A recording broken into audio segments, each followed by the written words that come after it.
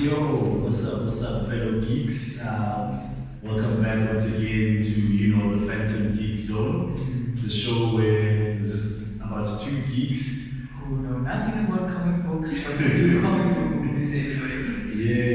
Because we love them. And hopefully, we have some, other geeks out there that feel, whether you feel the same, feel differently, whatever it is, but we hope to evoke some sort of feeling. So for the geeks, by the geeks. Yeah, pretty much. As usual, man, I'm Izzy. I'm Riyaal. And today we're going to be digging into Black Panther, Wakanda Forever. Look, man, I don't even want to do too much as far as the intro, backgrounds, all of that. Go watch the movie. We're not going to do this. Definitely, yeah. Go watch it. If you haven't, you need to watch the movie. And for everyone else, you understand why I want to get right into it, So, very brief, very simply, this is now a movie that picks off, from the events of the first Black Panther, of course. It's set in a post-Thanos world, but most importantly, we're also picking up, after Chadwick Boseman, departed. And even in the movie, he as the Black Panther, T'Challa is also no more. And that's literally where the movie picks up off of. Let's get right into it. What do you give the movie out of 10? 9. Yeah.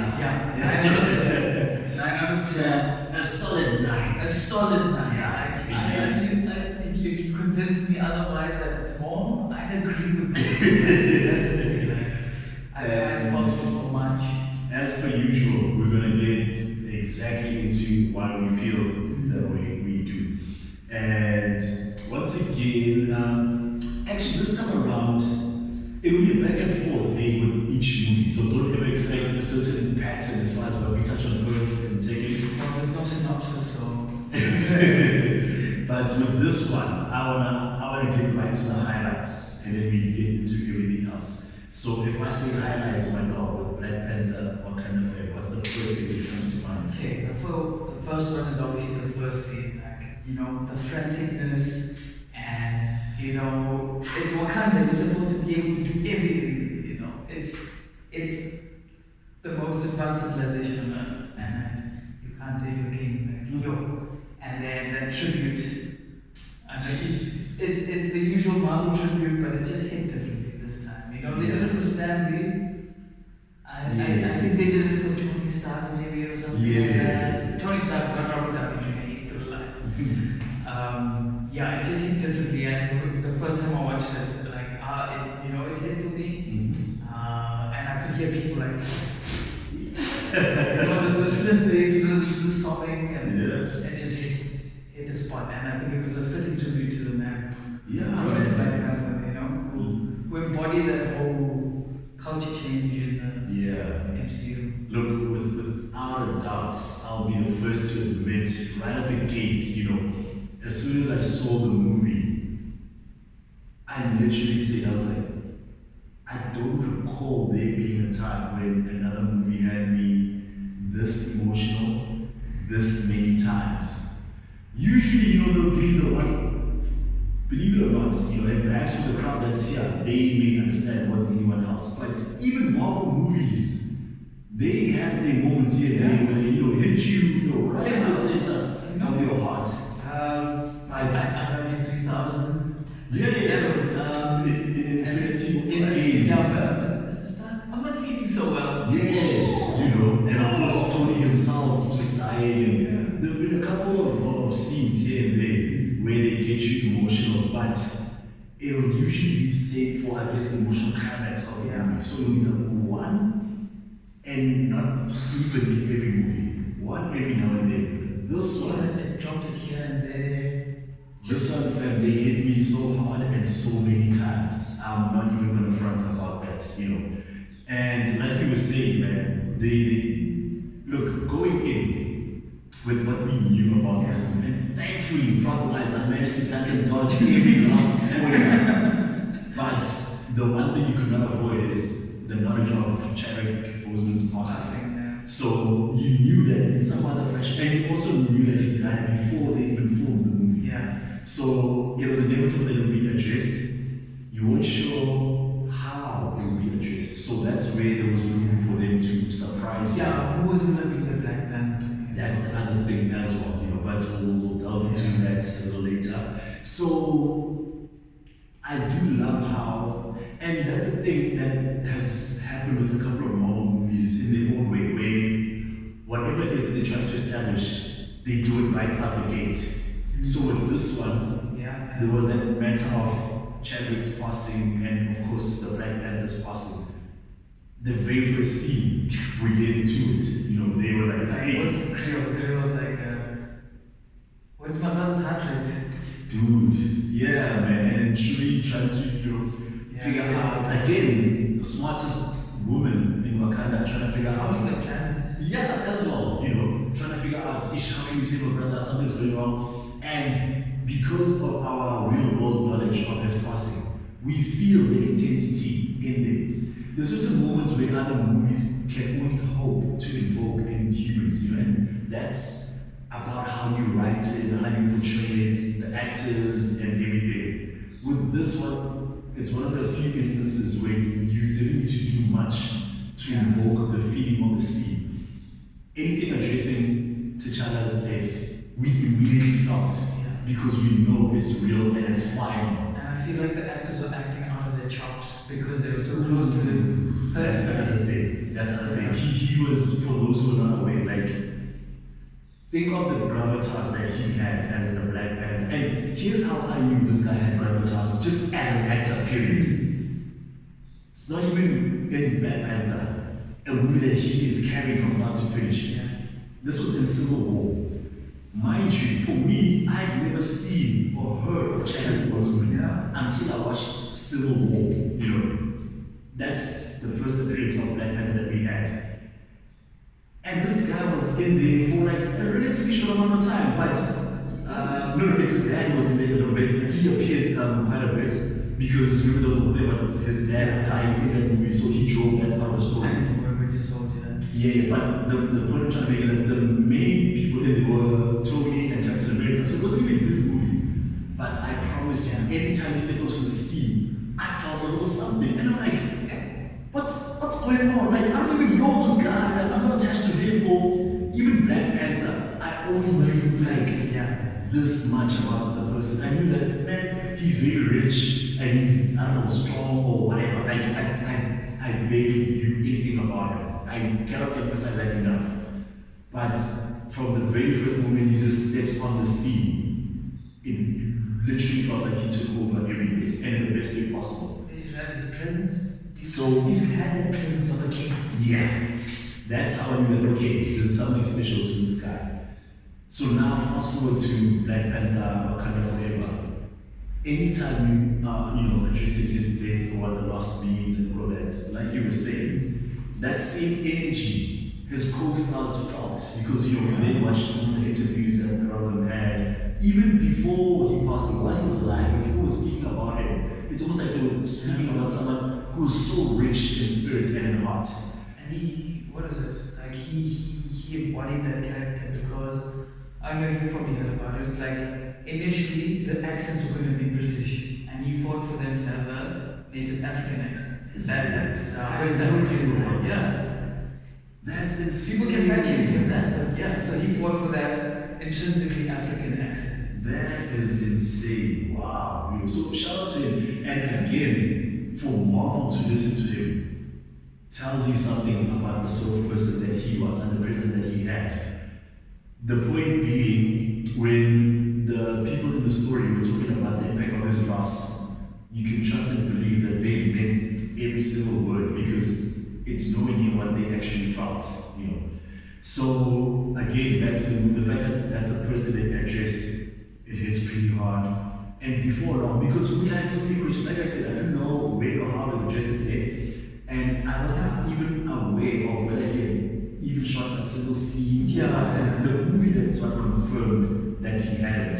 Yeah, because he didn't appear at all except from the previous movie series. Yes, with flashbacks essentially. So I was like, right from the start, just getting to it. And then it's official, he's gone. Now, where are we going to go with this? And where did they go? Yeah. Because the very next, after that death, well, what does they see? That death sequence, you're on the ship. Yeah. You're on the ship Yeah. in the middle of the night. Yeah. Looking for vibranium. Yeah. First they had the one where the Queen Mother was addressing that. Oh, yes, yes. The UN essentially. So while we're here, because this is still a highlight section. And again, man, if you've seen the movie, then you understand that not a single word that will be uttering is an over exaggeration. I do need to say, shout out to Angela Bassett. Like, oh man, her performance was look, I'm aware generally that she's a very, very, very well loved and talented actress.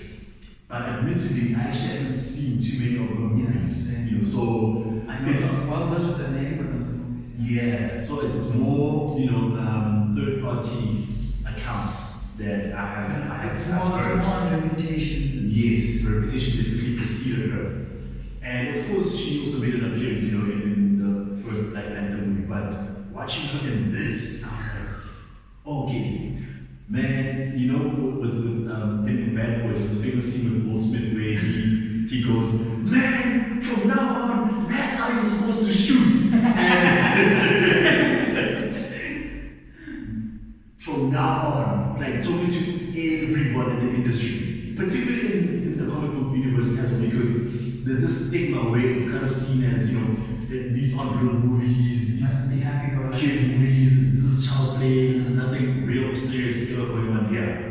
To all the actors and actresses that are either already in the universe or looking to get into it, from now on, that's how you're supposed to act, man, because every scene, again, speaking about gravitas and presence, just her look alone, like the wardrobe did a lot to elevate her. But even that aside, every time I saw her, man, like I don't know if it was like a trembling thing, but I felt like, okay, this is someone who's commanding attention.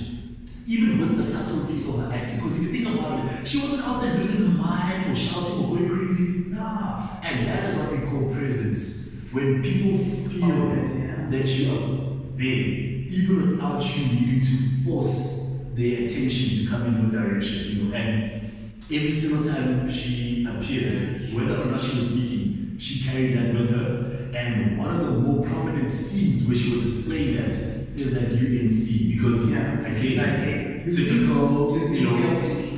typical America, and again, first of all, as a whole, they have this notion that, look, as Africans, they definitely have that towards us, but if you pay attention, you'll see that it's just about every third world country, but also every country that isn't them. They look down upon them, they want to be this big bully, and they want their resources. They want to dictate how everything's going to go, they want to enrich themselves at their expense.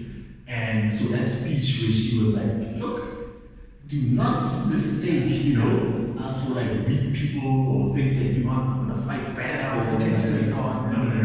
Yes, even with the death of our actual protector, do not think that we cannot protect ourselves. Wakanda will forever defend herself until the very end. And having that contrast of her saying that while they show the Wakandans defending, dude. And they actually saved that scene for me because when the person was like, "Where's the vibranium?" Oh no, they pointed. Then they're like, "Who has access?" And then the person pointed immediately to the upper. I'm like, "Hey, come on!" Exactly. I was like, we just want to settle out.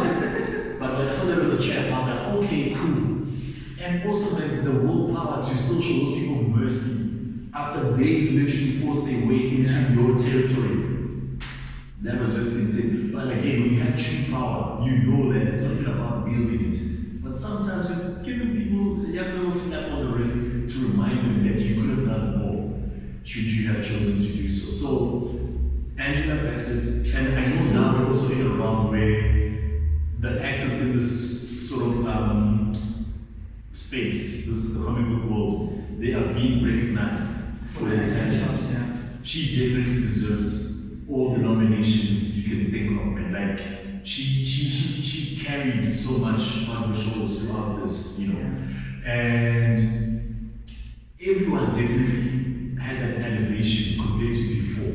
Yeah. That's without a doubt. 100%. Lots of characters, secondary characters were Yeah. had much better story arcs now. Yes. Yes, they were brought up more issue four. What Angela Bassett, so the Queen, The Queen, the yes. Princess Shuri, Shuri, yes. Okoye. Amazing. Yeah. Yeah. Even Baku. Of course, yeah. You think, because you're the mountain, we do not have books. It's a clown, but he had a good character arc as well. Yeah, and especially when it came to the deeper stuff, Yeah. man. Like comforting Shuri. Both of them is like, do you not think if we give this man an inch, he will not take a mile? Yeah. It's like, okay. Yeah. Okay. So also showing why he's an actual leader. You know, in the previous Black Panther, He was the antagonist. he was an antagonist and he was shown to be more of a brute, if nothing else. But with this, you've been reminded that it's not just about strength, that he is the leader of the Jabari. He leads people. He's got It's a mind. because he's actually smart and has quite a bit of heart. And even the part when, you know, Shuri is like, he got us further down the line, when she was like, so you would seek counsel from a little girl who has always shunned away And the world is traditions. taking too much from you to be a little girl. But even before then, when he speaks about how he promised the brother that he would always look out for her, like those tender moments talk, like even now I'm Because literally getting these overwhelmed. were enemies, mortal enemies. Yeah. And to have that respect. And also just the underlying fact, which is we've all lost this great leader. It informed so many of the lines and undertones that were conveyed, which is why they hit so hard, you know. So yeah, across the board, like yes, Angela Bassett I definitely have as number one on the list, but everyone, as far as acting chops, they brought it. And don't get it twisted, because even another one, they did their thing. But now that there was so much emotion driving this, they definitely, you know, were superstars as far as I'm concerned. And I guess shout out to Ryan Coogler, you know, the writer and director. He had a co-writer, but we know that he's the one who led this. Even the credits, they show that, you know, written by, it's Ryan Coogler. I'm sorry, I can't remember the gentleman's name, but the story is what Ryan Coogler came up with. So you can understand that he's such a huge driving force behind everything. Shout out to him for the direction that he took. You know, we cannot overlook the fact that, again, look, it's inevitable. Chadwick's passing is going to come through a lot because he was the lead in this. He's the focal point. And the focal point of the story. Like, he is the Mad Panther in Mad Panther. Shout out to them for being able to pivot so naturally. Because here's how early on they had the script ready.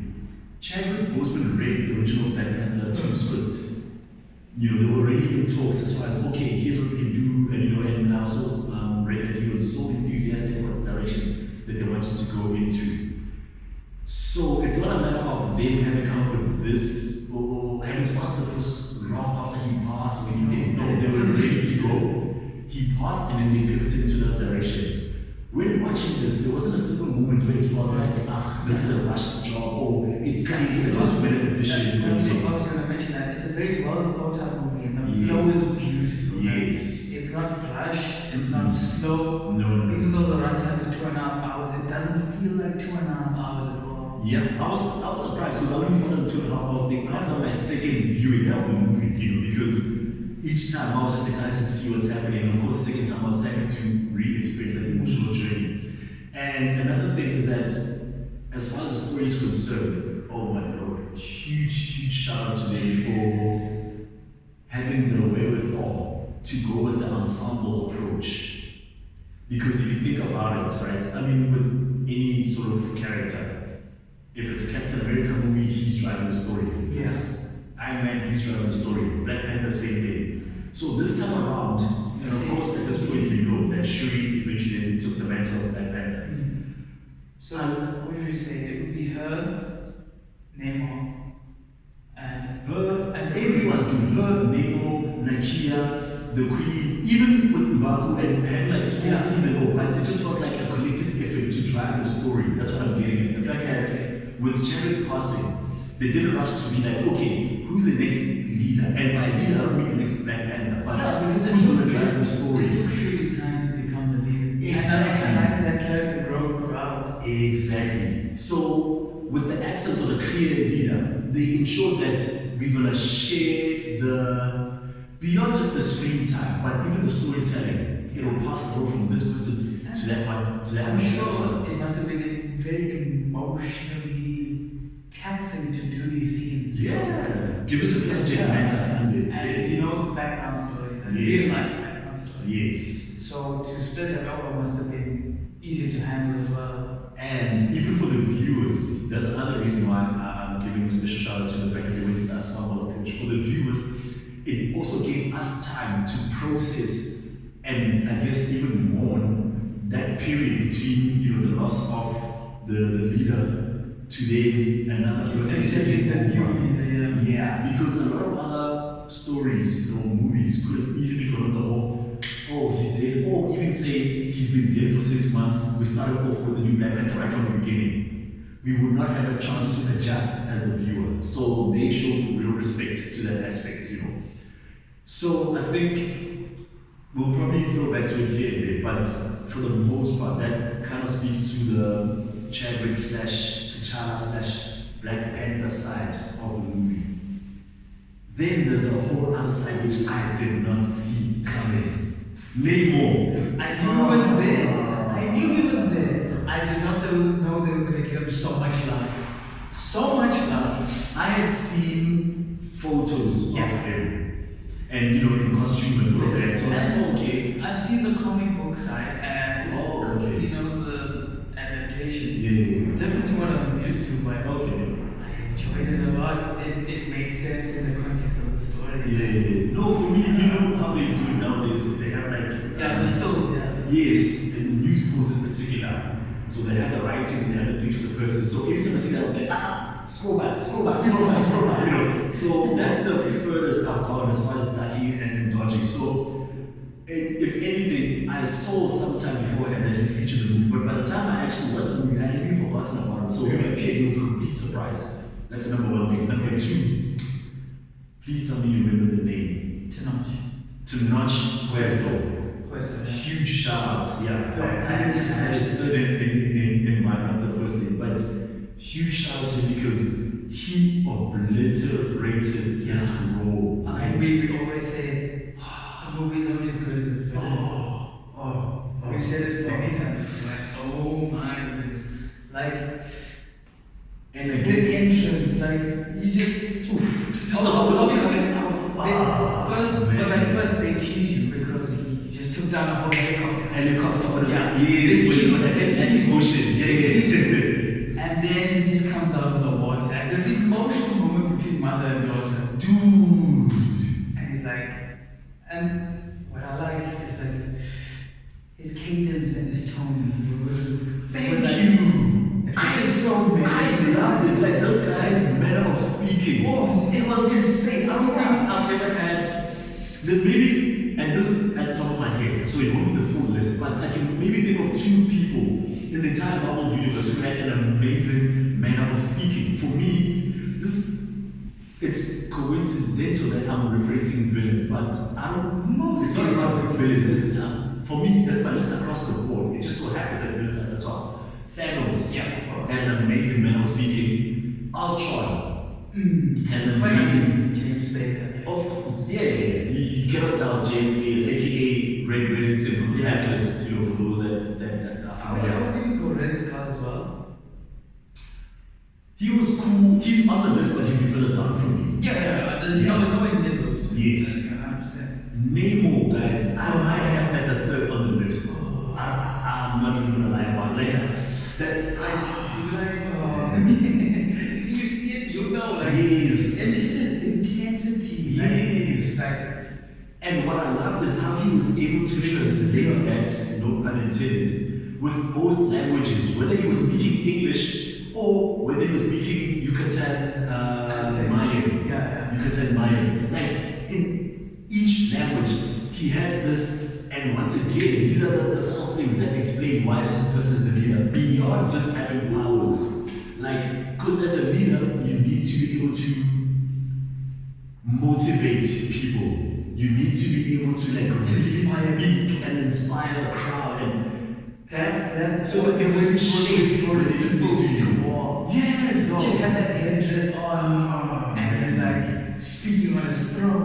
And I will say, right, for us, not just South Africans, but particularly people who understand Xhosa, I understand that there's always that, I don't know what's the best way to phrase this, but it's always a bit of a catch-22 when we have to listen to those scenes where the characters make use of the language because we know the language and so we know that it doesn't really sound quite, they're not quite hitting the marks it's supposed to. We tell that the dialect is off and pronunciation and all these sort of things. So sometimes it's hard for us to be removed from that notion or maybe even fully appreciate that our languages were even appreciated enough to be put into a movie of that scale. That said, when listening to Nemo and his people speaking in Yucatan Maya, I was like, is this how it feels for people who don't understand Xhosa whenever they pick up on those scenes? Because I was so intrigued by those scenes. Like the language sounds so beautiful, and like I said, with Nemo in particular, the cadence that he would use, they put it in terms of "Double gun." I'm like, I'm I want to go jump and find I'm like, yo, I'm Wakanda forever, but this guy, he's almost gonna be thinking twice about allegiance, He blurred the lines between hating him and admiring him. Yes. Which I think he did that so well. Which has always been my conflict with villains that portray their roles so amazing. It's like, He is considered in Marvel Comics the first anti-hero. really? He goes that far back. So I'm not sure if Aquaman came first or Yeah. he came first, but yeah. But I mean, He's like in Marvel, of He's course. like OG. That is insane. But again, considering the history, I guess timeline-wise it makes sense, right? So, but yeah, man, his man even in English. Remember the time when he was like, if you don't do this, I will kill all your people and I will kill you. Do you know what's the best part? He followed through. He did exactly what he said he was going to do. He told the queen, you will pay for this. I will invade your people and I will kill them. And what did he do? He invaded and he killed the queen. His eyes during the scene, Bro. the way they were so red, Yeah. and the intensity in his face. And that's what I love about like the subtlety. I speak about this a lot, guys. Subtlety in acting, period, but also the subtlety when it comes to villains. It's akin to Thanos, where he also said, no, I'm going to eliminate half the universe, I'm going to store planets, whatever, and he did exactly that. Same with this guy. He did all that, and he had that intensity in that scene with Angela Bassett and the Queen of Wakanda, without shouting or losing his mind. But the rage, like I said, his eyes, for those who are from my camp and school of thought, where we like, if you watch a movie, you're gonna watch it until the wheels come off. Take note of that scene the next time around. This is when he went back to Wakanda because remember, the Queen sent Nakia to go retrieve Shuri and Riri from Talukan. And while that happens, the Queen will be having a conversation with Nemo in order to distract him. So when he went back again, that's the scene I'm talking about. Like his eyes when he was envisioning, oh, I trusted you, we were to be allies, and this is what you wanted to do. Yeah. But and again, the threat is like, hey, if anybody invades, if we find a ship, I'm going to invade you. And I'm going to destroy you, and we saw how much power he has. So even then, because remember in the beginning when the Queen was like, there's no vibrating outside of Wakanda, she was like, mother, he's covered in it. That already was such a huge sign that, oh, this is not a person to be messing with. Not to mention the fact that how in the world did this guy get into Wakanda, number one, number two? Undetected. And going in via the sea, dog, I was like, yo! So that essentially is just our appreciation of the Nemo character, but more so, his first name again, I don't know, Tenoch Huerto. Tenoch Huerto, his portrayal, he was amazing. Now, getting into him as a villain, because he's also definitely, in my highlights. yeah. As you touched on, I always say, great story, movie or story, whichever one has a villain. That's great. It's as great as the villain. and the villain is as great as their motivation. He's saving his people, bro. What their motivation isn't that, especially when they even delve into, usually they like to give an oral history. They'll just explain where I came from, whatever. But Actually showed his the visual element, and it hit pretty hard. and it is.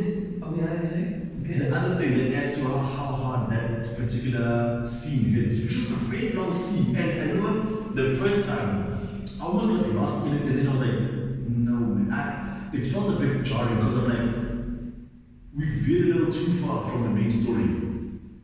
I'm so sorry for even having that thought, because the second time, I fully understood the need for that, because it speaks to what we're touching on now. The emphasis and the motivation behind what he is doing, what he is doing. Who is protected. So just, yeah man, that whole backstory, so I wanted to say one of the things that added to the richness of it. Remember when he came back into the surface land, and then he saw his people being enslaved? Cotton farmers and stuff like that. Yeah, the Spanish enslaving people. I saw it in the recent that that's real history. Yeah, it's not. Because again, remember, Yucatan, the Mayans were real people. And then the Spanish conquistadors killed them out, and they killed them out with, as they said in the movie, smallpox, because the Mayans didn't have a natural immunity to smallpox. Yeah. So just understand that, oh, that's a real thing. Yeah. Kind of even with like what gave so much credence to the strength behind the Wakandan story is understanding, what happened to Africa, so many different countries, colonization, and things, infrastructure, knowledge being destroyed, and to have this one nation come out strong. It was a similar thing with, Nemo and the people of Talokan, that our people went through this, and then us understanding that, oh bro, it's actually a real world thing as well, as far as they've been taken over and conquered, and which also explains his hatred for the surface people, or real world people essentially. So his story was amazing to say the least. The beauty of Talokan. Like that whole scene, like it just contextualized where it's like he took Shuri from the prison, and then she's meeting the kids. You're seeing the community. Then you see the beauty of the castle, and then that sun or glow. When you say, I love the sun to my people. You just you understand the connection, the reverence that they have for him. That it's not just that he's the most powerful, it's that he is literally seeing us as Papa says, he is a god to them. What happens when you kill a god? You can't just go on with your normal life, so listen, Nemo, everything about him and his people, beautiful, amazing. I also enjoyed his character design. The costume was pretty dope. I love the fact that both Wakanda and Talokan, they gave homage to their people, or like their real life counterparts. I hate to generalize it, but obviously the African culture. But we know in Africa, us living in Africa, the South, the East, West, it's all different from the African culture. And then giving, the shine to the Mayans and the, Central Mexico. Even like the paintings, I was like, this the paintings, the regalia, the jewelry, even the ball game. I don't know if you saw the kids. That's a genuine. I was watching with a friend of ours. He said in Argentina, among other countries, they still play. It's still playing. Damn, I always thought it was like an old school game, So those real world elements they put into this, the visuals, I'm sorry if I'm going over the base, but there's so many amazing things about this movie. The visuals, and I love that. I feel like even in Marvel as a whole, we hardly get to see this sort of things, especially now with the CGI thing where they do everything in one room, and then one or two scenes will be filmed on location. Every time when they have that Wakandan writing and switch to English, when they're introducing a new location, the visuals were always on this world, including those places that have just that natural rich beauty, from again the whole Yucatan Islands when Nakia went to, and I'm like, this beach, this island, we've seen beaches, we've seen islands before, but I don't know what it was, man. Even what's his name, Martin Freeman's character, when he's in the forest. When he's walking in the forest, and shout out to they don't think Chili Peppers can't stop. So he's riding, he can't stop. Shout out from there. So listen, I'm from a visual perspective, whether you're talking real world location, Even Yeah. we touched on again Tarukan, the underworld, but I want to highlight that remember this was an underwater city. Yeah. But to still be able to have beauty translate while having that water filter on screen and people submerged and all that, even audio wise, like you could hear that the reverberation of the Yeah. voices is slightly Yes. altered to match that it's an underground tone, or underwater rather. So on so many different notes, man, they really hit the mark in this movie. Any other highlights for you? Well, I like the intro of the Talokan people, like the silent song. Like, Okay. so mermaids, silent song. Mermaids And and I'm like, silence. oh, okay, cool. Because the first time I'm like, hi man, I thought it's like, Navy SEAL 6, jumping in with Yeah. infiltrating, but then you see that, this is a technician, why is he also jumping in the water? And then with the music, like, oh, there's a chance, and it's also like a real, Yeah, it's a mythological. that was a real mythological thing, like, that is insane. Quick story, funny enough, when we're talking about, Nemo, so I initially thought, because I mean, we saw after Thor, Love and Thunder, that clearly, even with Thor himself, the MCU does take elements from, whether it's Greek mythology or, Roman mythology, just, these mythological stories. So when I saw Nemo pop up, again, I had no clue or references to, who the hell he is. He popped out, and then when I saw the wings on his feet, Oh, it's not I thought he was Mercury or Hermes. Yeah. Mercury or Hermes, because they are the two counterparts in the Roman and Greek mythology who have the wings on their feet. Always find it out it's being. But yeah, man, so the other elements for me, man, I mean, the new characters, shout out to Riri, like she. I wanted more. In what sense, bearing in mind that this isn't her story, but her introduction. Okay, fair enough. But just, I just wanted more. I just wanted more. Nothing more than wanting to see more of her character. Because genuinely, the queen died for her. If you're putting such a significance on a character, give me a little. Okay. That I can understand. Yeah. Again, for me, I felt like it was one of those just enough because now we have But as you say, they're gonna give her more shine subsequently. I definitely enjoyed that. The fighting, the action in this movie. Ooh, that first fight with Okoye and on the bridge. Oh, with the Tamakan people. That was insane. Especially, dude. Again, in case it's never been seen before, I'm that guy in the cinema. Like I'll scream. You've seen me, man. Show my excitement if something is going on. So when Okoye was, kicking in his ass. You guys know my whole thing with Okoye, she's the most badass lady in the MCU. She's untouchable. I didn't know I needed it, but Shuri and Okoye in scenes together. Oh. I mean, overall in a whole more serious movie, it was a bit lighthearted, but it was nice. It showed their range as well. She's not always a serious. And they were still themselves all the time. It wasn't like, all of a sudden they're completely different people and all. But with that fight scene on the bridge, right? So when she was kicking their asses, in my head I'm like, of course, man, this is what she does. She's the general. What do you think this is? When those guys stood up, bro, I was literally like, and we know what he when they do this in the ground and they just push into them.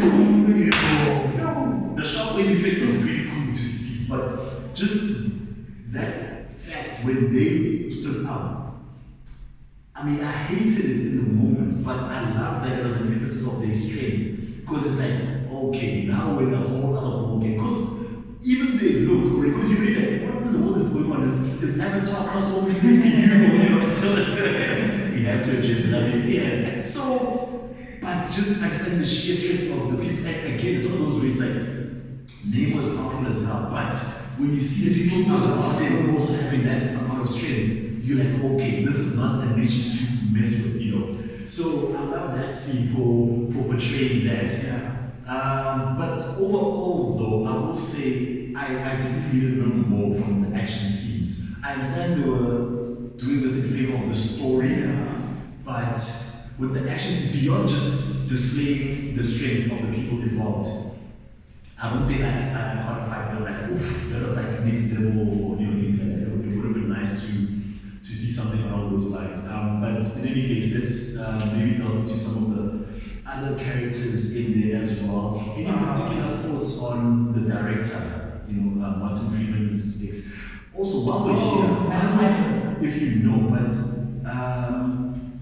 Martin Freeman, they call him Ross. Everett Ross. Isn't Ross? I was thinking General Ross as well. Yeah. So are they related? No clue, but I So for context, right? The Ross that I know. So Hulk's love interest, Betty Ross. But the dad. Yeah, the dad is a general or something. Yeah. Yes, the dad. He was in Civil War. He was an old man. Yeah. Who I think he's the one who presented them with the Sokovia Accords. Oh, it was Sokovia Accords. Sokovia Accords. Yeah, the document they had to sign so that you're gonna nationalize the Avengers and all that. So his surname is Ross, and so I mean, of course, Ross has been like, you know, Black Panther and maybe another movie, whatever.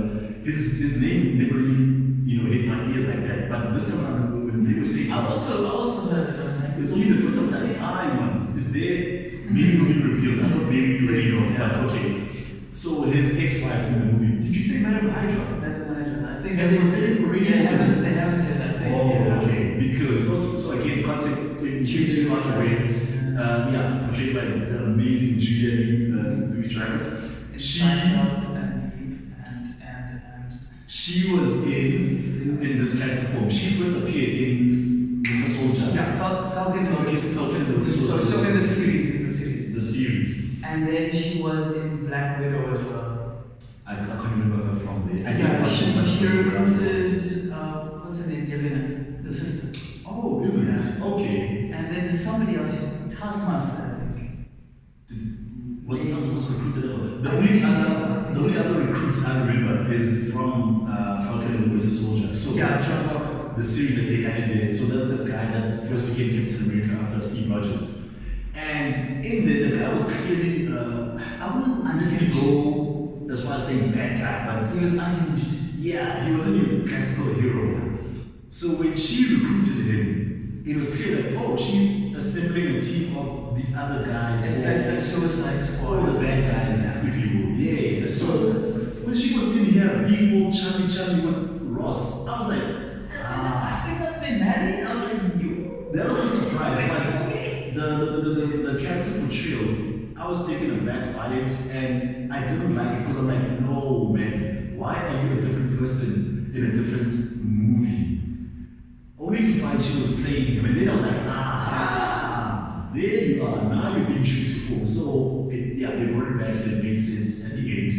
It's dope again that they're tying her in, but I also like the seeds that they're showing that she's on the other side. So she's playing her own game completely. Like, yeah. So for me, it makes me more intrigued to see what's going to happen with her, you know, down the line. What other highlights would you say? Killmonger. Thank you. Killmonger. I hated myself if I forgot about him, but yeah, go on. So guys. Yeah. Michael B. Jordan does the once again. Yes. So it's at the moment where Shuri is able to takes the herb. Yeah, is able to make the herb and she takes it. Fully with the intention of seeing her family. Yes. And what? Yeah, 100%. And she doesn't. In the story, it's shown that she doesn't believe in all of this stuff, especially in the beginning when Namor, just before Namor comes in his first appearance. She's like, Mother, you're seeing T'Challa was a construct of your mind making you feel better. Oof. And at every point she's like, no, this is not real, I don't believe in this. And she took it took it with the intention of believing this time. Yeah. Unfortunately, and so she's in this dreamscape, and then there's a throne. So it's the throne room. Yeah. It's a throne, and she's behind the throne, and she walks across, and she's like, I think she's like, Mother. And then the camera pans, and he's like, what's up, little cuz? Yeah, there you go. What's up, little cuz? And then You didn't believe in this. Mm. Do you know why I'm seeing me? Because you want to take your business. Yeah. She literally said she wanted to burn the world. Yeah. Which is what Killmonger was about. Yeah. Yeah, so shout out to him. Amazing performance together. Oh, man. He just like he broke into pieces. Yeah. And she was like traumatized when she came to. Like she couldn't talk. She wasn't. She just wasn't out of her own mess, and that changed the whole mindset. Because before, what I liked about her, like with Namor at Telecan, they were talking, and she was being civil and she understood. Yeah. After Killmonger, just want to watch the world burn. Yeah. She's like, I want revenge. Yeah, he reignited that fire within her, and for me, and there was cheer, and there was genuinely fire. The room went out on fire. In the cinema. It got to a point where I'm like, is there a fire somewhere? Because of the sound. Because remember, IMAX isn't about the vision, but also the next level sound. And shout out to that, I watched in IMAX and in 2D. Yeah. The sound in IMAX is so much better. Like, guys, if you get a chance, even if it's IMAX once in your life. And look, if you go close to a studio, get a card, go and choose the half price. Yeah. Or, if you can't afford that, you just march out the points. I'll plug that. I learned about it this week. I'll plug that. But yeah, man. So IMAX experience, especially for this type of movies. Anytime it's in IMAX, don't think it's for it makes all the difference. Especially movies with extreme CGI. Yeah. Your Marvels, your DCs, your Avatars, like. It takes it to a whole other level, especially when you watch a 2D version of it afterwards. Then you can clearly see. So for me, the authenticity of the scene is what took it to the next level. Firstly, having Michael B. Jordan return, so shortly his death in Black Panther 1, of course, as with every other character dead, the first thing they run to the actor is, so do you think you come back to the franchise? And I hate the question over my heart because I'm like, guys, we need to start getting to the point where we take this seriously. Yeah. If someone is going to come back and it happens again and again and again, when they die, we are not going to be moved by that. So for me, I was like, okay, if there's a way to bring it back, this was definitely it. Thankfully, the last time I'd seen talks about him maybe coming back was months ago. So I now forgot about the time I watched this. So I didn't even know, because I will admit, there were moments where I was expecting T'Challa to maybe make, a flashback appearance or something along those lines. So this is one of those scenes. I thought maybe it's him, just to give Shuri comfort. I was genuinely thinking it was going to be with the mother, like the queen. I thought it was probably going to be T'Challa. And then, you find Killmonger, and it's like, oh damn, okay. But the more he spoke, I was like, makes sense. This is the only guy who was going to come back. Because again, throwback to what Shuri said earlier, if I think too much about my brother, then all I want to do is set the world on fire. And that's all that Killmonger was about, So there's a thing that when you end up wrong, it's one of those situations where it's like you can lie to yourself to a certain extent, you can even lie to people to a large extent, but when it comes to what's really going on the inside, there's certain spaces where there isn't any room for lies. And that whole ancestral experience is one of those. You always see exactly what you need. Remember, T'Challa saw T'Challa, his father, because he also just had that thing, Dad, no, but I miss you, and I want the guidance that his dad did his thing, and from then on, he was set on his path. So it made sense for him to come back in that scene, and I love that it wasn't that typical ghost in the background whispering the character's ear. It's a situation where you always expect to see ghosts, not in the bathroom brushing your teeth and, what are you doing here? And all those cliched and tired tropes. So shout out to that, as you said, amazing performance by Michael B. Jordan. Always. The delivery of the lines, I was like, man, I kind of wanted to put them on. So yeah, man, she definitely just blew it far out of the water as far as that interaction with that's Shuri, but Michael B. Jordan definitely brought it as well. And I think we touched on it, but let's maybe delve a little deeper into Shuri's journey of this, as far as her mourning her brother, and also getting to the point of becoming the Black Panther. So, let's see.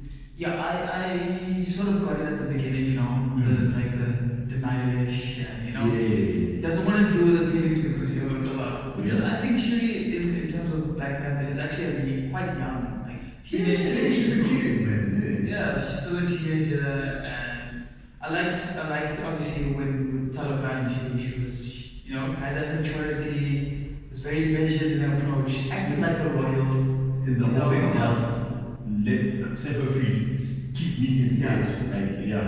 You could understand that, a leader leading from the front, 100%. I like that a lot. Then it's I always say like that change up after seeing Michael B. Jordan, Killmonger, is what we wanted in Thor, what we got in Black Panther. Explain. That reaction, like your mother just died, your person just died, and that's how you're supposed to react. Yes. Irrational. Yes. You're going to war at the expense of your people to satisfy your basic human urge. Yeah. I liked it because it made me feel uncomfortable. Like, I felt uncomfortable watching. I was like, no, this is not your character. I don't like it, but I was like, if anything will get you, yeah. And I like that. And then eventually, towards the end, where it came full circle, where her mother saw a construct, she saw a construct of her mother. It's like, show them who you are. Oh. And it just came full circle for me. Then I'm like, okay, that's pretty dope. Man. Yeah, no, this is granted our admits to recency bias, maybe being an influence, but that isn't to say that what I'm about to declare is a lie. But this is one of the greatest examples of character growth we've ever seen. Not only as far as one movie to the other, but within the same movie. Like you're just building and building and building and building, And at each moment there's very specific triggers that make sense, which lead and guide whatever is going on in there. I mean, in a short space of time, she lost the whole family, Like, even the mom already said, have I not lost enough? That scene was so crazy because it's like, Okoye, turn the spear on her husband. Ooh, we should let her go. And then she's like, as you say, have I not lost enough? And where is that husband now? But in a place where she could visit if she so chooses. Oh, guys, Angela Bassett owned this movie. Please believe me when I say this. Yo. Yeah. Yeah, man. Yeah. As if that wasn't enough, then the Queen's dead as well, just pass on to that. And again, referring to what you spoke about, like, with all that you've lost, like, damn, man, you've lost too much for you to be considered a champion. Yeah. And then obviously, because of Deadpool's made me so cognizant of this. And it's a meta commentary. The superhero drop. Oh yeah. Always when they make the drop, you know shit's going on. It's about to go. Yeah. No, but listen, Shuri's character and development, I was just so mind blown by it. Yeah. And her portrayal, Letitia Wright's portrayal with that in mind was just in Black Panther once all you thought of was a clever child. Exactly. And now she's the queen. Forced to mature right from the beginning. And the thing is like, Nemo's like, the queen is dead. You are the queen now. Oh. Bury your dead. Bury your dead. Mourn your loss. What a line. How badass was that? Like, yes. What a line. I came here to fuck shit up. Whether I did that, clean this mess up, heed my message, or else I'll be back with more. Yeah, it's gonna bring my whole army and like, as cool that he thought it was a queen, but what got to me, maybe it's a coronation thing or not, but after the queen died, they still refer to Shuri as the princess. I didn't pick up on that because for me, as far as her role, she essentially took charge. Yeah, her role, but obviously you must refer, like, I would prefer to, because when you say princess, I would think of you in a diminishing activity. I understand what you're saying. I'm just saying I didn't pick up on that. Interesting enough, mainly because she took the role of the queen. So that's actually an interesting observation. But again, like, there's a bottomless well, and I'm happy to delve into as many as will come to mind as far as all the elements that make this movie so amazing. And I hope that, again, in case you maybe had a different opinion when you either first watched it or even when we acknowledged it at the beginning, you begin to understand the nuance that made this movie so incredible, you know. Given that we were so far removed from what we were supposed to get as far as the movie with the Black Panther tribe in it. From what I we did get the Black saw, Panther. I'm sure that as far as the name will come in, those elements were still in play. It was just a matter of how to bring them about. So it wasn't too different, but just not having that central character, the one we were expecting, had a different tone, but it isn't to say that they gave us a subpar product. You know, they still managed to just come through and deliver. And something that, you know, probably should have long touched on by now, but in the beginning, the scene where they were burying, you know, T'Challa and something I saw but didn't take to heart until I heard the actors speak on this in an interview. The name is escaping me. Dolore Maje, the name of the women's fighting force. Yeah, they will come back to me. No, I think you're right. They were the ones carrying his casket. And someone pointed out how you never see women doing that. And I was like, actually, you don't. So at the same time, they were praising Ryan Coogler, the director, because he was in it as well. They were praising him for writing it in. And he found it weird that they were praising, because he's like, it was only natural because they were his protector. Exactly. They were his protector. So of course they would be the ones to give him the final send-off. And something we've spoken about before is how Marvel just hasn't really got to the point of doing its female characters proper justice. Most of the characters were the female characters here doing the most. Like that's what I was thinking. Like maybe you've got Namor. That's probably about it. But even he was brought to knees by the female characters in here. And what I love about it is that it wasn't that popcorn diversity checkbox thing where studios are like, just put a woman in there or just give a woman this title or whatever. And make it look strong in one scene. Nah. The fact that this is literally the story of that's how it's always been from the start.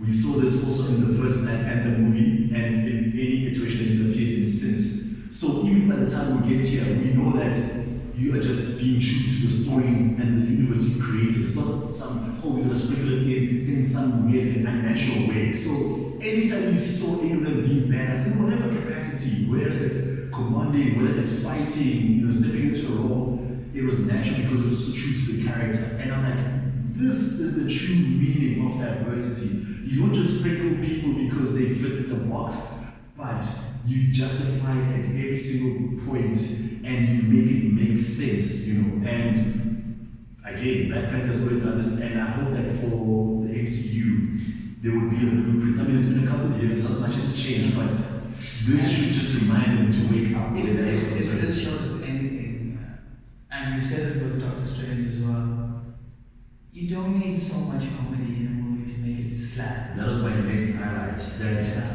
there was comedy, don't get me wrong, but it wasn't. It wasn't overtaking anything. I will say, with that said, it was weird when the general was in there because she's delivered funny lines before, but it was still from that tough sort of standpoint. For instance, in the first Black Panther, when they were speaking about going against her husband, and he's like, "Oh my love, you would raise your spirit to me." And she's like, "For Wakanda, I'll do whatever." That was powerful and funny, but true to character. Whereas, when stuff about writing about makeup and all, I'm like, that's a little too far left. But of course, all of Shuri's jokes, even all of Reed's jokes, I was like, the character seems that they will definitely do it here. But again, overall, a huge highlight because yes, Marvel. Yes, I think they're starting to realize that now as well. Like, you don't have to overdo it. No, man. In order to still be impactful and relate to the kids and whatever. And because clearly Marvel is going to watch this and take notes. I have to say, guys, please, going forward, take note of how well received these sort of movies are and the impact that they're still able to have, even without the cheesy jokes. This is in South Africa. All over the place. Exactly. Which, is not an opinion that's to be taken lightly where this sort of content is concerned. And Nakia, oof, we cannot leave this portion of, of highlights without touching on Nakia. What I loved is, so admittedly I actually didn't rewatch the first Black Panther before I watched this. Yeah. Even now I haven't watched it. I need to go. Maybe over a year. I definitely plan on, because I'm definitely going to watch this one multiple times going forward. But I had forgotten that Nakia was a spy. Yeah. In here, she played the role to the fullest. Like, she got in, she got out, did what she needed to do. The language is included. Yeah. She was speaking, of course, Wakandan, aka, Xhosa. French. She spoke French. She was speaking Yucatan, Mayan, Spanish. She is just whatever she needs to blend. And here's the thing about Lupita. The other languages just sounded so naturally flowing out of her mouth. And one of the things that confirms that for me, because I obviously don't speak those languages, hearing her speak Xhosa, she is literally by far the person who hit the dialect the best out of everyone. There were points where I was like, oh damn, bro, I'm impressed because I've kind of, become accustomed to the butchery, unfortunately. But I was like, this is so close to it. And it also added to the element of her being a spy, because it's like, you don't just pick up the language for the sake of it, but you really hit it down to the dialect and being able to speak to the locals in that language to not only relate, but infiltrate. And she infiltrated, she got the targets, she extracted, like she was successful in and out. Man, I was like, beautiful, that was amazing. So yeah, shout out to Lupita, and I also love that whole thing of, as much as, like I said, this was an ensemble approach, but they didn't do the whole throw everyone in at once and then everyone at the same time. Everyone got their own shine. They got their own shine, not only in the scene as far as who's speaking when among everyone else, but they literally separated them in different aspects that made sense to the story. And they were then able to just carry it on their own without, the interference of the other ensemble members. So that for me was just, incredible. It was amazing. Like, again, to summarize all of this, the story, the characters, the actors, the visuals. This was just amazing. Yeah, I don't know if also, like, they also had a lot of Afrocentric music, which I must give a shout out. Like, every time you choose that, there was some sort of. In the beginning, they were heavy on the drums, and then even when they started to use, like, full-on music with vocals and everything, like, they were just on the.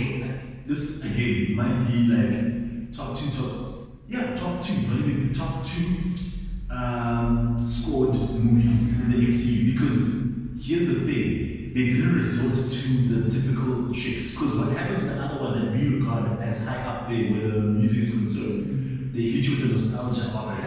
They'll play some old school popular song like, Iron Man, and then we even had that Thor, anything after Guardians of the Galaxy 1 will have. They had the nostalgia. Yeah. So it was like a cheat code after a while. Whereas in here, original across the board, top to bottom, and it always had this. I think the only thing would be the cheerleaders with. But because there was a Martin Freeman scene or Ross scene. And what else would you expect him to listen to? Like, he's not going to be watching like Afro beats and like, no. Of course, he's going to be out there. Alternative rock. So, for me, arguably one of the best scored, both as far as original and the paid music in the entire MCU. So that was a huge for me. There were scenes where I found myself moved purely by the music, not even anything else that was going on in there. And I think with that for me I won't even declare it as official, but it might actually bring close to my highlights that I had in this movie. But each of them hit the mark so hard, like it's not even a question, That said, let's get into some of the lowlights. Oh, just one thing to point out before we go. Like, we mentioned he's got so many soldiers. You could actually see that on the boat at the end, where it was like one corner of Wakanda soldiers, and then the whole cover of everywhere when they were coming and fighting. Given their strength, you just number of them. Okay, you made 4 or 5 are there doing the thing. The next thing, there's an orca throwing in more fighters. There's a killer wave. There's more. Guys, one. And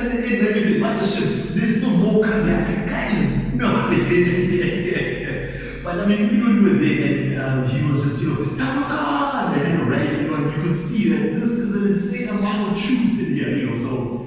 And that's also why, never mind the sheer strength, but the numbers as well. Yeah. That's part of what made that, what made the ultimatum so compelling. As far as, hey, I will come back. if you either don't comply as far as kill the scientists, or if you even expose us, oof, we're gonna come, and just mess everything up. And again, thank you. While we're here, that line, man, when he was talking to Shuri, expressing how, look, for centuries the surface world has been enslaving people that look like us. Yeah, that line hit differently.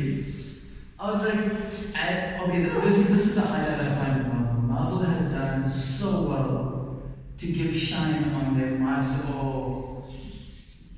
marginalized communities. Yeah. Shang-Chi, Black Panther, Yeah. and now the Talokan people. Yeah. And what done so well in this particular movie is how they were not shying away from those hard elements where that story is concerned. Because usually it's like, okay, we'll reference it or hint at it and just, but just saying it. And even they showed the scene with the slaves. I was going to say, showing the actual whipping. I was like, oh, Marvel, is this you? That was mind blowing for me.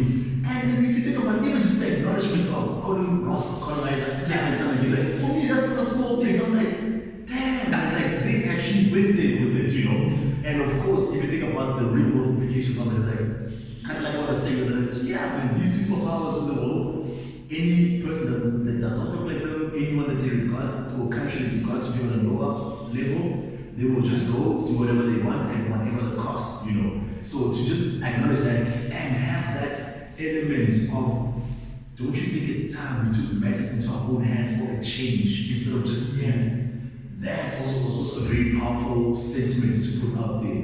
And that's why, again, right, when characters are given a tough choice, the more that the user can, or the viewer can relate to it, the more impactful it is. And again, for me, as a black person, I'm listening to them, I'm like, ooh, girl, this is some hard-hitting stuff, because again, there's full-on context and I don't need to think too far back in order to, relate to this. So, this man, I did the most. I could go on and on and on. So, he did the most. Nemo, shout out, guys. I've said, they gave it up. I've said already that with Marvel villains, what I hate is that when they stick around, they get watered down. If they dare think to do that with Nemo, in fact, it's almost a good thing that they don't have full rights. I didn't know this. Universal owns its rights. So, I didn't know that. Even the Hulk, yes!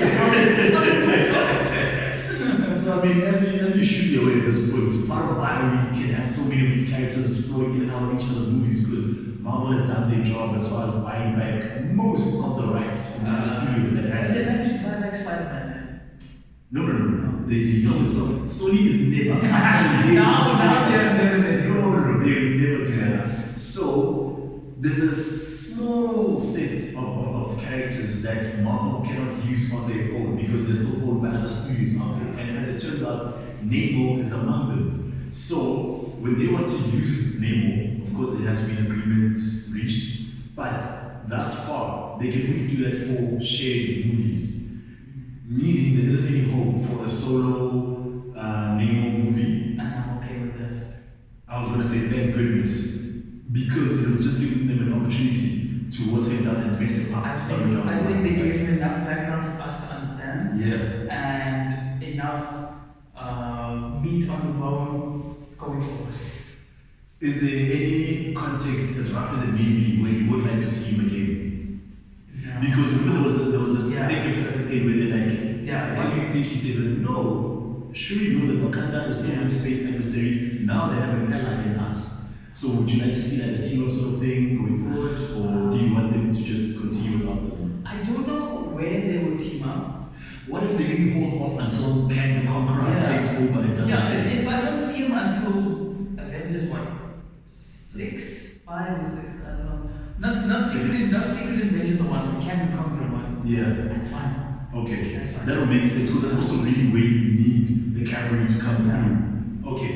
Yeah, no, I'm also happy with it. Look, I'll be sad to not see the Nemo character for quite a bit because, like I said, like It's brilliant. yeah, the portrayal was just so amazing, man. And there's this thing where, funny enough, Dragon Ball Z did a lot to put this notion at the forefront. I don't know in the general, entertainment space who made it a thing, but having villains of a small stature be immensely powerful, Okay. they pioneered that movement. If you think about people like Vegeta, Frieza as well as like the ultimate example, but Vegeta is the great one because there was the whole contrast of him and Nappa being this giant. And one of the characters, I don't know if it was Goku or Krillin, someone was like, why is that big guy taking instructions from the little guy? And then when Vegeta killed Nappa, you saw how much more powerful he is. And then all other animes, they started to adopt that, and So every time I see it, even in the live action world, I get so excited, and Nemo was no exception. Because at the end of the day, he's a tiny guy. Yeah, he's still a big dude. Look, he's still ripped, but he's not like the buffest we ever see. He's not the most intimidating looking. Yeah. I don't know. He's very intimidating looking, but that's in terms of his presence. His overall the presence carries his physical presence is nothing to Yes, that's what I'm getting. So I'm like, that again, like the contrast in the power versus what you see was just on another level. And remember, Mbaku, when he was like, with this fucking carrot, if I was there, I would have shown him and then he compares him to the Hulk. Then when he saw him, he immediately ran like, oh, the fish man, and then he just jumps in. One little punch is all it took. Next thing, And so like, how are we supposed to defeat somebody who can punch like the Hulk? Like, come on, he's comparing to the strongest person in the MCU. my point exactly. So yeah, again, unless if something else is going to creep in, for now, that might do it for the highlights, but we'll happily circle back if anything pops up. So for me, one of the first, and mainly because of how early on it appeared in the movie, I've mentioned already that, I mean, of course, none of the Xhosa-speaking people in the movie are, actual Xhosa people. So of course, you're gonna expect them to hit the mark as far as what they say. My criticism with that is also, look, as a South African, I'm happy to have our culture put on the map in that aspect, especially for this sort of nation, Wakanda, a powerful nation that's, future-esque and that sort of thing, instead of the typical, you know exactly what I'm getting at. It's like, yeah, man, whether it's like a token character or like some oddly stereotypical portrayal, like there wasn't any of that. So for that, I will never ever shun them for putting us into the movie. But I would have loved for them to be conscious of the fact that you do still, because A, it's a non-native language, that alone makes it difficult. B, dude, I myself don't even speak Xhosa, You could tell, but I mean, I understand the difficulty of it as a person who doesn't speak it. Part of it is, yes, I didn't necessarily learn it growing up, but when I hear people speaking, I understand and acknowledge the difficulty that's in it. With those two elements, they should have, at the very least, had South African, Xhosa-speaking South Africans be the ones to deliver those lines, especially the line in the beginning when they were sending T'Challa home. And there was a person who was doing like, I don't know what it's called, man, but like a lot of traditional cultures have it in different situations where this person would be like, calling out certain lines and like, so there was a person who was doing that. So it had a couple of sentences that had to be spoken in Xhosa. So now it's like a huge opportunity for them to like mess it up, and that's pretty much what happened. Versus if they caused the South African to just do that line, that could have been it. They would have had that authentic delivery, Someone who even does that, perhaps, as part of their duties, that would have taken it to the next level. Now, moving the rest of the story, because there was a lot of great characters delivering the lines, I know you can't shy away from them not saying it, but they could have made it easier by using shorthand phrases to declare all the things that they were saying. Because there were a couple of times where, again, it's not on my primary languages, but I do understand a fair bit of it. So there were certain lines that they would say, and I would be like, this phrase, which is just 2-3 syllables, would have conveyed the exact same message, just to make it easier for us who know the language to digest it. And it's not even a small criticism, because for us it would have been so much more, you know. So that's the one thing that definitely stood out for me. The other thing is that at the romance section, definitely not. The other thing was, as long as the movie was, I could tell that they shot something around drama, because here and there they had awkward cuts, and I couldn't help but look past it. Yeah, I don't know. It wouldn't transition naturally into the next scene. It almost felt like you did this and then you cut out a huge part and now you're just continuing, you know. So yeah, that is granted, it's probably more in the nitpicky side of things, but for me, I just couldn't look past that. And there's a lady in there, at the end, where they're at that mountain with all the people in the colorful clothing. The lady who said, I present to you the Black Panther. Oh, the priest, yeah. She's a South African. Yeah, I've seen her like, I think, 11 cities or something. Yes. So, you know, she's a South African actress. And she appeared in, I think, 2 or 3 other scenes. She was at the beginning as well. But even when they showed her, anytime she appeared, a second later they would cut away. Oh, okay. So that was another awkward cut for me. And part of what made it sting a little is the fact that, remember in Black Panther 1, for us South Africans, there were a couple of people that were there. Yeah. King T'Chaka, John Cunny. John Cunny's actual son played the younger version of the brother. He played the young Black Panther in the movie. Panther Wakanda. Again, Mam Koni Chume, you know, she really referring to now, she was also in the first Black Panther movie. Shout out Trevor, actually. Trevor's the AI voice. I don't know if you're aware. Oh, me? Voices, I was like, okay. So yeah, in the first movie he appeared like wait, Trevor was in the first movie as well?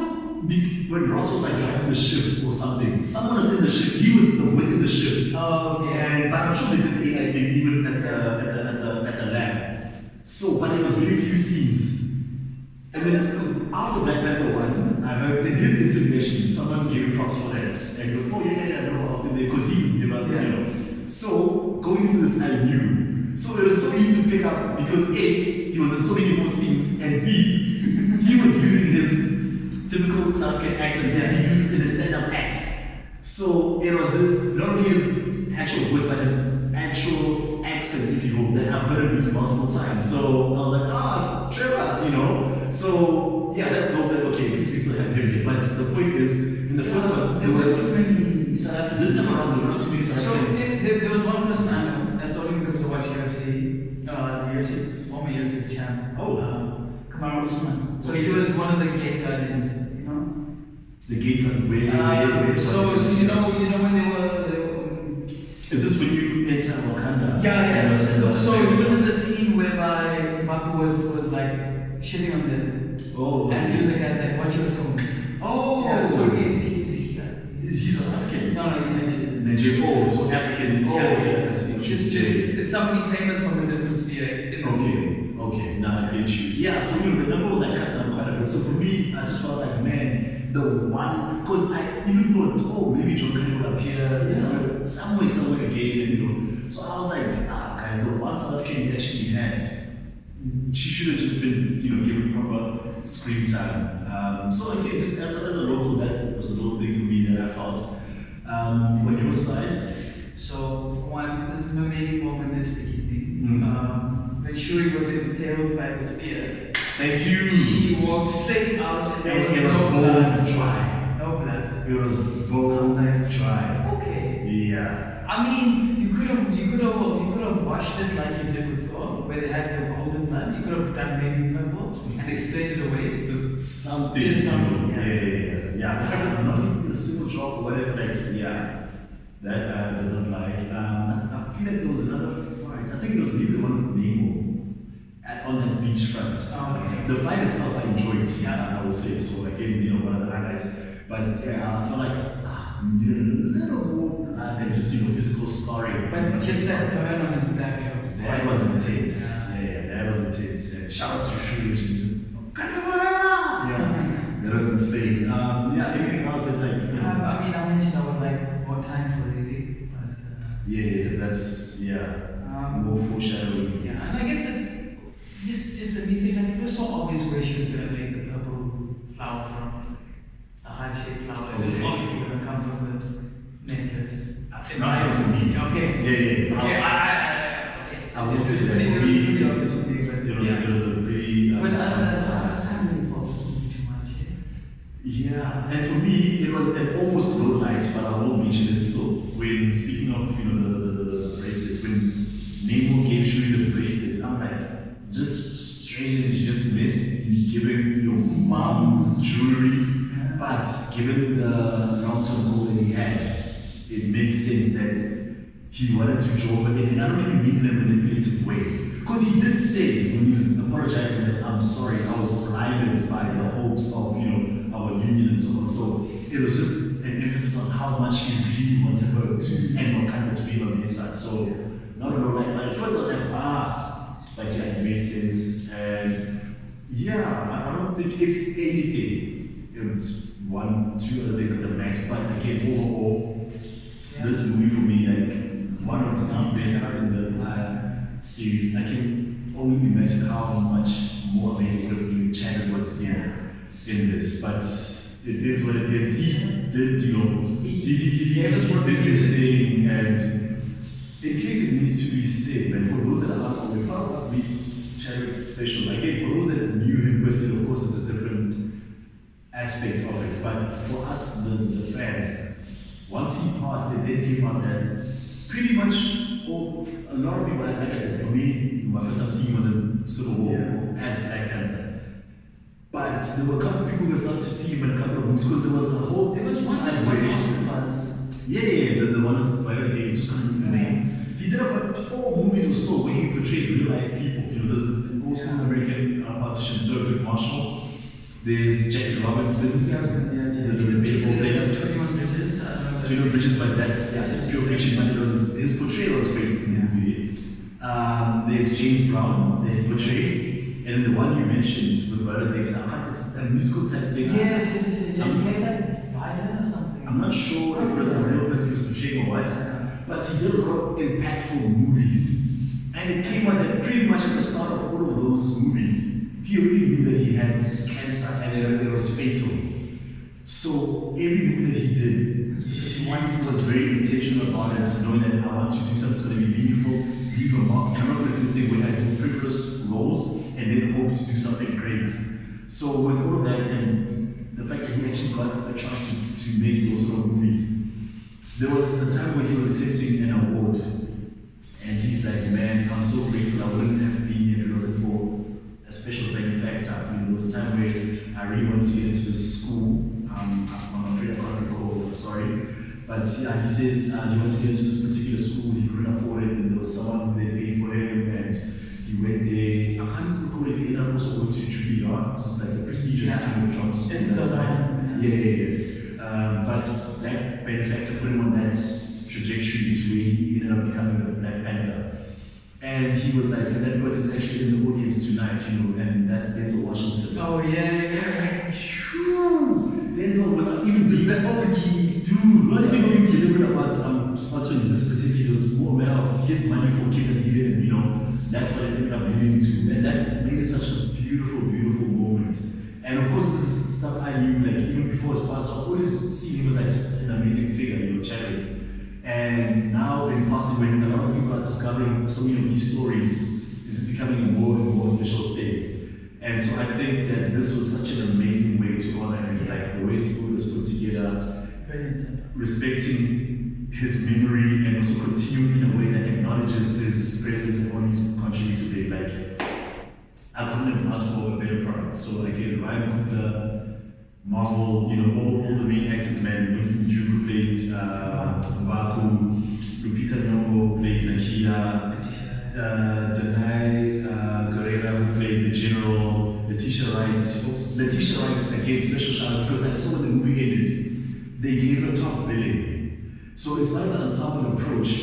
It means she was number 1 on the call sheet. And when you watch his video, behind the scenes footage and interviews I have, you start to realize that the first person on the list carries a significant amount of responsibility on their shoulders beyond just the on-screen stuff, but really behind the scenes. You are an inadvertent captain and leader of the team. So for her to then just step into the role and do such an amazing job, given the final product. Special shout out to her. Angela Bassett as the queen again. As I've said, man, like acting excellence, give this woman everything that there is as far as what she's delivered on this. I hope I'm not leaving any of like the core team out of it, but Nemo, man, again, Tenoch, Guerrero. Yeah. I'm gonna see that, the general said, those stories are incinerated into my mind. She was like, oh, that sounds so painful. At the risk of the pain, I will, make sure to engrave his name in my mind. But again, as Nemo, did a fantastic. I didn't even know. It turns out he was actually like a proper stylist even in Mexico. Oh, okay. So I'm hoping that this will be a huge launchpad for him into the Hollywood world, especially as you said, given that we aren't like to see Nemo that often. So man, I was mind blown. In case you still have not, figured it out. But this is the amazing thing. Man. Any final points you want to add? I think just the one moment highlight that I forgot to mention was when they drew the parallel between Nemo and Shuri during the fight or after the fight, we were showing mothers and their tribulations, and it was pleasantly surprising. Which fight was this? The fight. Oh, okay. Hey. That was again, it was already established that two worlds are just, and then, but even with them, just to emphasize that point that man. Yeah, they're pretty much the same, would say like. Yes, just on the opposite side of that. I think I'm Wakanda now. Now and forever, like, trust. I was like, oh that was really insane to see. Man, that pretty much then sums it up for this review. You know the drill, man. Come through with those comments, things that you feel we missed out, things you disagree with. We'll definitely engage, trust and believe. And going forward, we definitely, we're discussing, our vision. Trying to figure it out. Again, up to this point, you guys are aware that we pretty much do the comic book movie thing, but we do want to fine-tune as much as we can as time goes. So the key thing that we're going to be focusing on going forward, aside from the new releases that we will choose to review, we're essentially going to be going down the entire timeline of the MCU. As far as the exact narration will follow there, we'll reveal more in time, but just stay tuned for that. And hey, in the meantime, if you haven't done it in a while, go back, watch the movies, come through with a fresh mind as we review, and then we can exchange our thoughts and ideas where all that is concerned. But stay tuned for that. Thank you guys for your continued support. We appreciate it, and that has been the Phantom Zone. Shout out.